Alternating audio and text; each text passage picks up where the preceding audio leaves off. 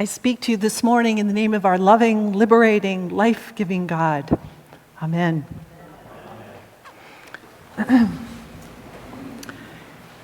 Thank you for this opportunity to be with you this morning, to be with holy apostles, and particularly this beautiful Sunday morning as we look out at our present world that faces so many challenges with things breaking up, driven asunder by flooding, pushed apart by words, and separated by hostilities. So many things, man-made and even blessed by heaven, are ruptured apart. It is good to be here together today in God's name to celebrate the glory and God who embraces all of creation. Our God who makes everything new and whole once again, who holds all of creation and has since the Spirit hovered over the water. It is always remaking and revamping us toward his vision of the power and his reign. He holds us in an embrace through all time, even as we set up divisions and lines among us, brothers and sisters torn apart. But Jesus came to show us that we're never too broken, we're never too far apart for God's embrace. As the theologian William Adams wrote, God is always making Easter come. And what is Easter? But the remelding together of Christ and humanity. And it comes again over and over to show us that we can never drift too far apart for God. He is always ready to mend us together again. And yet in today's gospel, we're reminded again of the painful ways that we can separate ourselves. We can make divisions, we can call things black and white. We can draw lines in the sand and care for us and not them.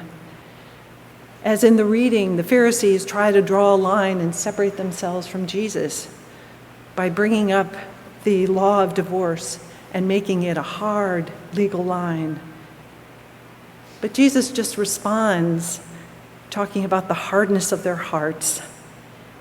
Why the Pharisees try and make this point about adultery, who knows? Whether it is just to alienate those who might think that Jesus is more aligned with Roman law than with the law of the temple. But even the disciples seem ready to condemn those who divorce and remarry without considering God's mercy and compassion. What if every time we judged and drew a line that separated us from somebody else, we imagined Jesus on the other side of that line? And imagine Jesus responding with them as he did to the Pharisees when he lifted up women's right to divorce and talked not so much and changed the issue from divorce to how we relive our lives, how we remake our life after tragedy. In essence, Jesus is saying we're human beings that sometimes fail in our relationships. Sometimes we're not as loving as we could be. We have to learn from our mistakes and our failings through God's grace and forgiveness. And when we come together in reconciliation and communion as one with God and one another, we come together with a brighter new spirit of loving kindness.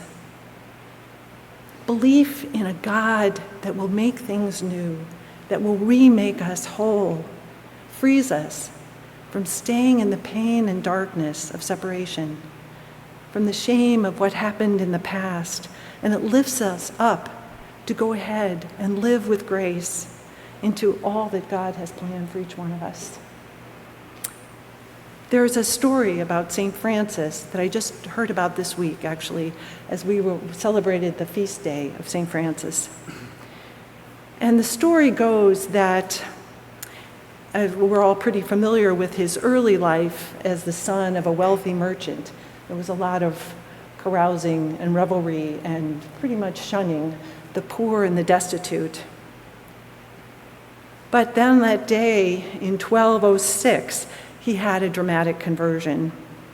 And at that time, he asked God for forgiveness for the way he had lived his life. And he received the sacrament of reconciliation.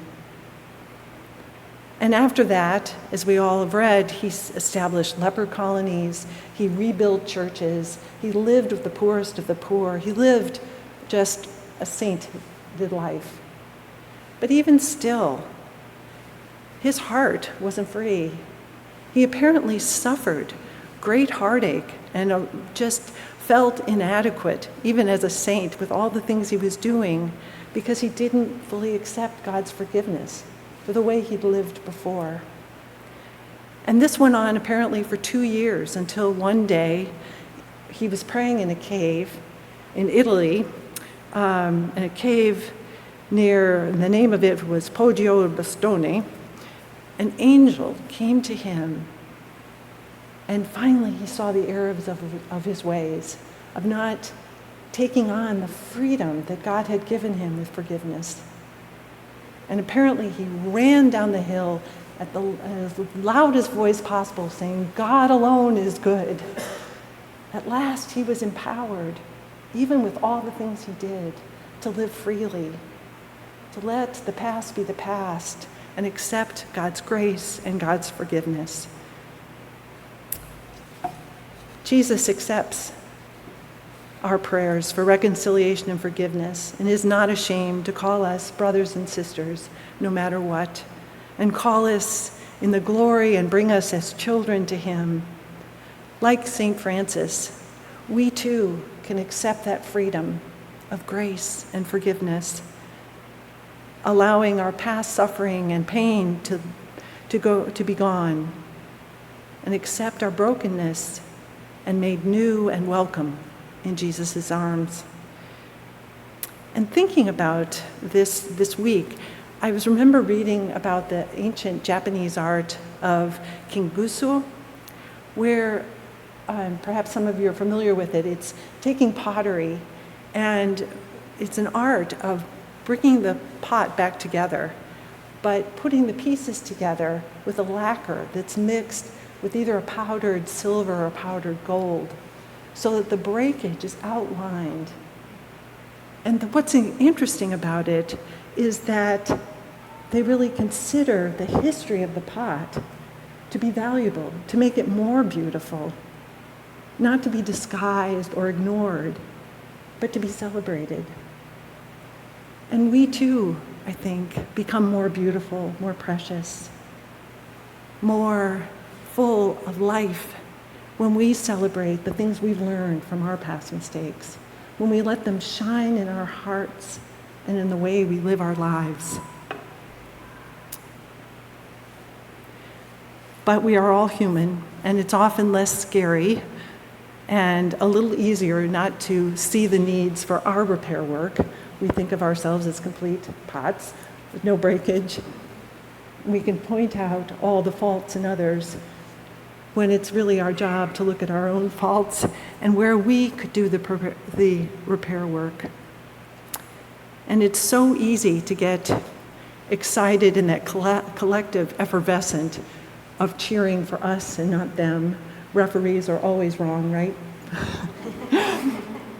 But if that lasts more than one soccer game or one football game, then we risk sliding into a paralyzing judgment that can cause us to not hear the whole world, to not hear the broad range of voices, to not see the reality of the world. We can live in a self-imposed tunnel. And while it's not easy to accept grace over condemnation, it is always worth the effort. I have my own story about a broken thing. I was, I think, 12, sitting in my mother's chair and mindlessly picked up this little tiny statue. And it was a porcelain tulip. It was bright orange, that my grandmother had won many years earlier in Michigan in a flower arranging contest. It was a very important thing to my grandmother and to my mother, and she had it next to her And I just, at 12 years old, picked it up one day and snapped it mindlessly. And I felt at that moment like I had broken something, a cord between them, a memory. It felt awful. And it was only years later when I found a more sturdy plate that finally had an orange tulip on it, and I bought a little vase for it to sit in, and I gave it to her, and she smiled. And she put it right in that same spot next to her chair, and it's now in my living room, and it will go to my daughter someday. When we kneel in prayer to pick up the broken pieces of our lives, God always finds some way to mend us.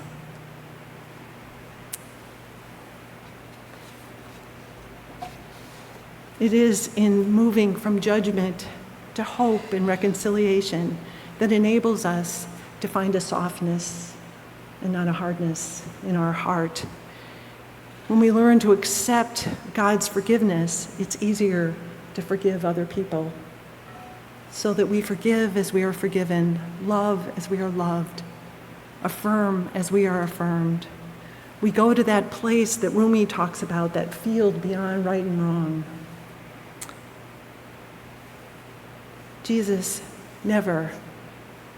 We are never outside of Jesus' embrace. We are always held even tighter for our forgiveness, for what we have allowed forgiveness to do for our hearts. Together, arm in arm with Jesus, we open the door to the kingdom. Amen.